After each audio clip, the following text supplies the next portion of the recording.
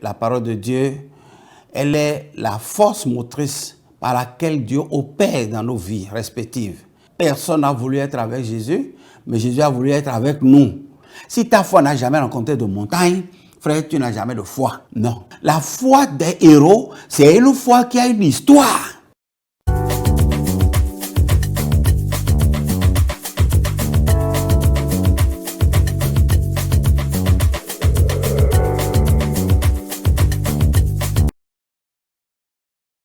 Abba Père, nous sommes très reconnaissants de nous permettre, Père, de te connaître. De nous permettre, Seigneur, d'avoir un cœur qui aime la parole de Dieu. Merci également, Papa Père, pour tout ce que tu nous fais, que nos yeux ne voient pas, nos oreilles n'entendent pas, mais que tu as accompli dans nos vies respectives. Merci pour les exploits, merci pour les échecs desquels tu nous permets de tirer des leçons. Merci, Père Tout-Puissant, de nous aimer. Merci pour le sacrifice que tu as accompli sur la croix pour notre salut. Merci également, Père, pour ce moment particulier que tu nous donnes de partager la parole. C'est au travers d'elle, éternel Père, que tu fais tout. Tu nous as sauvés, tu nous as lavés, tu nous as purifiés, tu nous as rachetés, tu nous as restaurés et tu nous permets de marcher dans la parole. Reçois l'honneur, la gloire, la magnificence. Sois élevé éternellement, Jésus. Nous sommes là, Papa Père, en ce moment particulier, parce que tu veux nous enseigner au travers de ton esprit et au travers de ta parole. Sois maître de ce moment, règne absolument, domine, contrôle tout, et que tout soit fait par toi et pour toi. Au nom de Jésus, j'ai prié. Amen. Les héros de la foi. Frères et sœurs dans le Seigneur, il faut que nous puissions grandir dans ce que nous sommes en train de faire. Tu as reçu Jésus comme ton Seigneur Sauveur personnel, c'est capital. Et ça, Éphésiens chapitre 2, verset 8 a dit que c'est par la grâce que nous sommes sauvés et au travers de la foi, par le moyen de la foi. Nous sommes sauvés par la grâce, par le moyen de la foi. Il y a une foi de salut. Ça, nous sommes tous venus à Jésus-Christ par la foi. Et c'est une grâce. Personne ne peut s'enorgueillir. Personne ne peut dire, il m'a plu de venir à Jésus, je suis venu à Jésus. Non. C'est le Fils qui attire chacun. C'est par son œuvre à la croix que tous nous sommes sauvés. Personne n'a voulu être avec Jésus, mais Jésus a voulu être avec nous. Et il nous a attirés à lui. Ça, c'est la foi du salut. Mais après la foi du salut, il faut grandir dans la foi. Il te faut une foi conquérante, une foi victorieuse, une foi explosive, une foi qui va te permettre réellement de montrer à la face du monde que effectivement Jésus est allé te chercher. Il est allé dans les confins de la terre pour aller te chercher dans l'échec, dans la défaite, dans la honte. Et maintenant pour te révéler, frères et sœurs dans le Seigneur, cette foi-là, ce n'est pas la foi du salut. C'est la maturité de la foi. C'est la foi conquérante. C'est la foi victorieuse. C'est la foi explosive, ça. C'est la foi des grands. Il faut que ta foi grandisse pour aller à ce stade-là. Tous ceux qui marquent leur temps, nous avons du plaisir à citer Abraham, à citer Isaac, à citer Jacob, à citer Pierre, à citer Jean. Mais ce n'est pas avec la foi du salut qu'ils ont tiré leur épingle du jeu. Ce n'est pas avec la foi du salut qu'ils sont remarquables. Ce n'est pas avec la foi du salut qu'ils sont extraordinaires. Non. La foi du salut nous a amenés à Christ. Nous sommes déjà dans le royaume. Mais pour se démarquer, pour que la promesse de la tête s'accomplisse dans notre vie, il faut faire grandir sa foi. Il faut que ta foi, maintenant, commence par grandir à partir d'un certain nombre d'obligations. On ne peut pas être héros de la foi sans sacrifier un certain nombre de choses, sans se soumettre à un certain nombre d'exigences de la foi. Comment avoir la foi des héros? Je veux commencer par là pour dire que la foi des héros, c'est une foi qui se base sur un modèle. le premier point capital de la foi des héros, c'est la foi qui suit un modèle. Nous sommes sauvés par la grâce, par le moyen de la foi. Ça là, c'est un don de Dieu. Nous n'avons rien fait. On a besoin de personne. Jésus est le modèle typique et puis il nous a sauvés, c'est fini. Mais pour grandir, il faut grandir selon un modèle. Il faut grandir selon un spécimen que tu suis, que tu observes. On ne bâtit pas la vie en l'air. On bâtit la vie sur un support. On bâtit la vie sur une base, sur un fondement. Et je voudrais que nous lisons ensemble 2 Pierre 1, le verset 1. Il dit ceci: Simon Pierre, serviteur et apôtre de Jésus-Christ, à ceux qui ont reçu en partage une foi du même prix que la nôtre, par la justice de notre Dieu et Sauveur Seigneur Jésus-Christ. Ici, ce n'est pas les évangiles. Ici, c'est l'épître. Donc, c'est une lettre spécifique. Une lettre écrite pour corriger quelque chose. Une lettre écrite pour pouvoir établir une base. Ici, Pierre, l'apôtre de la foi. Parce que c'est quand Jésus a lancé l'appel, quand il marchait sur l'eau, il a lancé l'appel, c'est Pierre seul qui est sorti parmi les 12. C'est lui seul qui est sorti de la barque pour aller à la rencontre de Jésus. Et pendant qu'il sortait, nos prédicateurs, on a l'habitude de dire que l'eau ne s'est pas transformée en dalle. Non, l'eau ne s'est pas endurcie quand Pierre sortait de la pirogue. L'eau bougeait exactement avec ses vagues et était toujours une matière liquide. C'était toujours du liquide. Et alors que nous savons que scientifiquement, quand on met un poids sur un liquide, ça s'enfonce. Et Pierre n'a pas un poids négligeable. Non. Donc, quand Pierre était monté sur l'eau pour aller à la rencontre de Jésus-Christ, il a fallu une foi exceptionnelle. Il a fallu une foi particulière. Il y avait Jean, l'apôtre de l'Apocalypse, qui était dans la barque. Lui-même s'est nommé apôtre de l'amour. Donc, il a écrit ses épîtres sur l'amour. Il était dans la barque, mais il n'a pas pris l'engagement, la décision de descendre également. Parce que Jésus voulait bâtir quelque chose sur Pierre. Et ce qu'il voulait bâtir sur Pierre, c'était la foi. La foi réelle, la foi authentique. Ce n'est pas la foi du salut. Pierre avait une foi en suivant Jésus. Il a marché avec Jésus, il a fait des miracles et des prodiges. Mais marcher sur l'eau, c'était une foi particulière, une foi exceptionnelle, que Pierre était le seul à démontrer. Et la Bible montre que à la résurrection, Jésus s'est révélé à ses apôtres et sur Pierre, il lui a dit quelque chose. Il dit: Pierre, est-ce que tu m'aimes? Pierre dit: oui, maître, tu sais que je t'aime. 3 fois, Jésus lui a posé la même question. Et Pierre ne sait pas pourquoi Jésus a insisté jusqu'à ce point. Mais Pierre l'a su après parce qu'il lui a dit: Pierre, quand tu es jeune maintenant, c'est toi-même qui mets ta ceinture. Mais le temps viendra. Tu ne pourras plus mettre ta ceinture toi-même. C'est quelqu'un d'autre qui va te mettre la ceinture. Donc, la Bible dit que Jésus a parlé ainsi tout simplement pour que Pierre puisse savoir par quelle mort il va mourir. Pierre a su que il va vieillir avant de mourir. Et Pierre n'était pas encore vieux quand, dans le livre des Actes, on a mis la main sur Pierre. D'abord, la Bible nous a montré que Jacques a été décapité et cela fait plaisir à tout le monde. Alors quand Hérode a vu que cela fait plaisir dans Actes chapitre 12, Hérode a vu que ça fait plaisir, il a encore mis la main sur Pierre et l'a emprisonné. Donc il attendait le moment opportun pour le décapiter comme il a fait pour Jacques et cela a plu à tout le monde. Mais pendant la nuit, la Bible dit la nuit, Pierre dormait. Quand l'ange de l'Éternel est descendu dans la prison de Pierre, les chaînes sont tombées, les portes de fer se sont ouvertes d'elles-mêmes et Pierre a été libéré. La Bible a insisté en disant que Pierre même en ce moment rêvait, il croyait que c'était un rêve, mais c'était une réalité. Il a cru à la parole du Seigneur.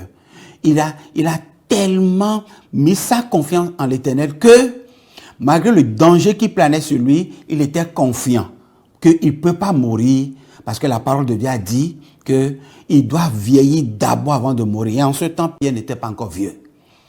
Voyez vos frères? Donc, il a eu confiance en la parole de Dieu. La définition de la foi dit que la foi vient de ce qu'on entend, et ce qu'on entend vient de la parole de Dieu. Ce que Pierre a entendu de Jésus-Christ l'a tellement réconforté que, malgré les situations, les circonstances dans lesquelles il se trouvait, il n'avait pas peur.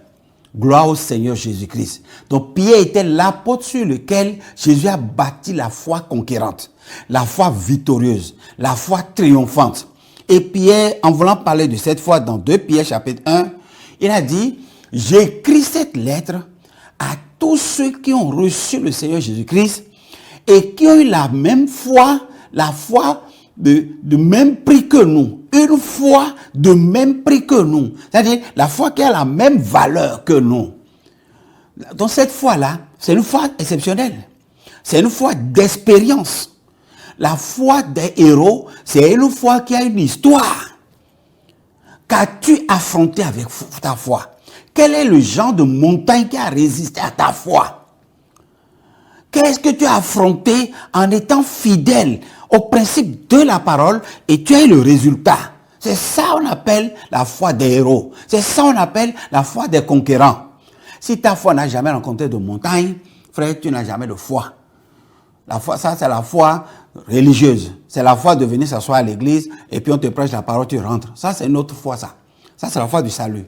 Mais la foi triomphante, la foi victorieuse, il faut vivre quelque chose. Il faut affronter quelque chose. Il faut se débattre en face de quelque chose. Il faut avoir un témoignage. Quelqu'un a dit qu'il ne peut pas avoir de fumée sans feu. Donc, il faut que ta foi puisse véritablement avoir quelque chose à raconter. Quelque chose qui va être une source d'inspiration pour d'autres personnes. Quelque chose que quelqu'un va regarder et dire, hé, Jésus est dans sa vie. La Bible dit, quand le peuple de Dieu traversait la mer Rouge, l'armée égyptienne les a poursuivis. Même voyant qu'ils sont en train de traverser l'eau et qu'ils sont au milieu de 2 montagnes d'eau, l'armée les a suivis. Mais qu'est-ce qui s'est passé? Pendant que le peuple de Dieu était à pied et l'armée égyptienne était à cheval, le peuple de Dieu marchait et l'armée égyptienne n'arrivait pas à les rattraper. Pourquoi? Parce que ils ont constaté que leurs roues s'enlevaient d'elles-mêmes. Les roues des chars s'enlevaient d'elles-mêmes. Et ce spectacle-là a dépassé l'imagination humaine et l'armée égyptienne a dit, ah, leur Dieu est avec eux. Leur Dieu combat avec eux. C'est-à-dire, ils ont vu quelque chose. Il faut que ta foi démontre quelque chose. Il faut qu'au travers de ta foi, le monde externe dise que son Dieu est avec lui. Non, son Dieu est avec lui. Avec tout ce qui lui est arrivé, et il vit encore, et il a ce temps bon point, et il continue toujours de réussir, et il continue toujours d'avancer. Non, son Dieu est avec lui. C'est ça le modèle de la foi conquérante. C'est comme ça qu'on parvient à la foi conquérante. Dans le livre de 2 Timothée 1, le verset 5 dit ceci. Je garde aussi le souvenir de la foi sans hypocrisie qui est en toi. Je garde le souvenir de la foi sans hypocrisie qui est en toi et qui habita d'abord dans ton aïeul Loïs et dans ta mère Eunice, comme j'en suis persuadé. Elle habite aussi en toi. Timothée, c'est le disciple de Paul.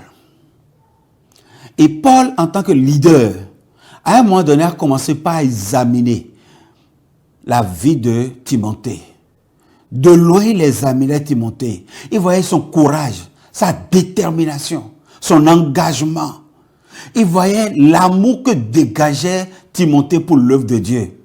Vous savez, Paul aussi, c'est quand même un martyr vivant. Est-ce qu'on peut dire ça? Permettez-moi de le dire. Un martyr vivant, quand même, de la foi. Il sait quel sacrifice il a consenti pour le nom de Jésus-Christ, pour sa foi en Jésus-Christ. Et quand il voit un homme de sacrifice, un homme de renoncement, un homme d'amour, quelqu'un qui aime et qui se sacrifie pour l'œuvre de Dieu, il se reconnaît en lui. Il voit que ça, vraiment, c'est un héros de la foi. Il voyait en Timothée un certain nombre de choses qui démontraient que Timothée était véritablement un passionné. Il n'était pas un fan. Non, il n'était pas un fan. Les fans de Jésus sont ceux qui restent de loin et qui l'applaudissent.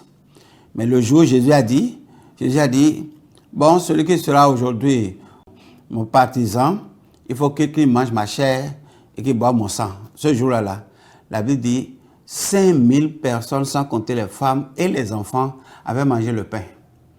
Ils étaient contents. Le lendemain, ils sont venus. Jésus a traversé la rive et puis il est allé de l'autre côté. Ils ont loué des pirogues en pagaille pour traverser.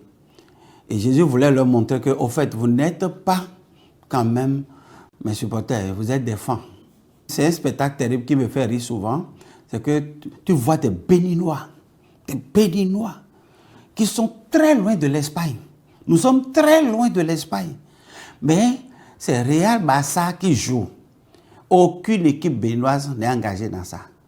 Mais tu vois des frères, des sœurs, des frères de même sang qui se battent. Tout simplement parce que deux équipes espagnoles sont en train de jouer. Je dis, mais c'est quelle folie ça là. Donc exactement ça qui s'était passé au temps de Jésus. Les gens ont mangé, ils étaient rassasiés. C'est gratuit. Et ils sont rentrés. Le lendemain, ils reviennent. Ils disent, oh, on t'a cherché partout, Jésus, toi aussi. Comment tu n'es pas un dribbleur? Comment tu veux nous dribbler comme ça? Mais on t'a cherché. On ne t'a pas trouvé. Il paraît que tu étais quand même à l'autre bord. On est venu. On a loué. Voilà les pirogues là, on les a loués pour venir. Non. C'est que nous sommes venus vers toi pour faire de toi le roi. Hein. Donc nous voulons faire de toi le roi. Il dit, ok, c'est bon. Tout ça là, c'est bon. Mais aujourd'hui là, il n'y aura pas pain. Vous avez fait de moi le roi. Il dit, oui. Aujourd'hui, il n'y a pas pain. C'est ma chair que vous allez manger. Aujourd'hui, là, il n'y a pas de vin. C'est mon sang que vous allez manger. Hey! Jésus, comment tu peux parler comme ça? Non, parle bien. Parle bien. Oh, gloire au Seigneur Jésus-Christ. Frères et sœurs dans le Seigneur. Ce n'est pas cette foi-là. Non. Ne parlons pas de cette foi. Foi d'intérêt. Non, on ne parle pas de ça. Aimer Jésus-Christ parce qu'il donne travail. Aimer Jésus-Christ parce qu'il donne enfant. Aimer Jésus-Christ parce qu'il donne mari. Aimer Jésus-Christ parce qu'il donne maison, il donne voiture. Non, ce n'est pas ça. Pierre a montré que la foi là a un prix à payer. Un prix à payer, un sacrifice à faire. Il faut payer un prix. Il faut sacrifier quelque chose. Il faut démontrer son engagement, sa détermination. Et quand Paul voyait ça dans Timothée, il dit, aïe Timothée, j'ai vu en toi une foi qui a le modèle d'une autre foi. J'ai vu que ta grand-mère, Loïse, avait cette foi. C'est le modèle de ta grand-mère que ta mère a hérité, Eunice. C'est ça que je vois en toi. Donc, la foi qui était en Timothée et qui a fait que Timothée était un disciple engagé, c'est une foi qui suit un modèle. Ce que toi tu as, ce que tu développes, ça suit le modèle de quel héros? C'est un héros qui fait un héros. C'est ça. Ça suit quel modèle? Qui est ton modèle? Qui est ton spécimen? Tu bâtis ta vie conquérante là selon la vie de qui? Selon la foi de qui? Il faut que ta foi ait un repère, frères et sœurs. On ne bâtit pas la foi en l'air. On ne réussit pas en l'air. On réussit selon un modèle clair. Tu suis qui? Qui est ta source d'inspiration? Ta vie ressemble à la vie de qui? C'est de ça il est question. La foi conquérante, c'est une foi qui se repose sur un modèle. C'est une foi qui est objective. C'est une foi qui est assise, ou bien c'est une foi qui s'adosse à un support puissant, un support solide. Oui, frères et sœurs, personne ne bâtit la vie en l'air. On bâtit la vie selon un modèle. Je vais lire 2 Timothée chapitre 3, le verset 15, qui dit ceci. Depuis ton enfance, tu connais les saints, les écrits saints. Ils peuvent te rendre et te donner la sagesse en vue du salut par la foi en Jésus-Christ. Et c'est après ça que le verset courant que tout le monde cite, toute écriture est inspirée de Dieu et utile pour enseigner, pour convaincre, pour redresser, pour éduquer dans la justice est arrivé. Paul a dit à Timothée, d'abord, il dit que depuis ton enfance, j'ai déjà vu ça là venir. Mais cette foi-là, c'est une foi qui est inspirée, qui est tirée des écrits sacrés et capable de donner la sagesse. Est capable de donner la sagesse. Premièrement, frère, pour avoir une foi conquérante, pour avoir la foi des héros, il faut nécessairement avoir un modèle. 2, il faut que la source de cette foi-là vienne de la parole de Dieu.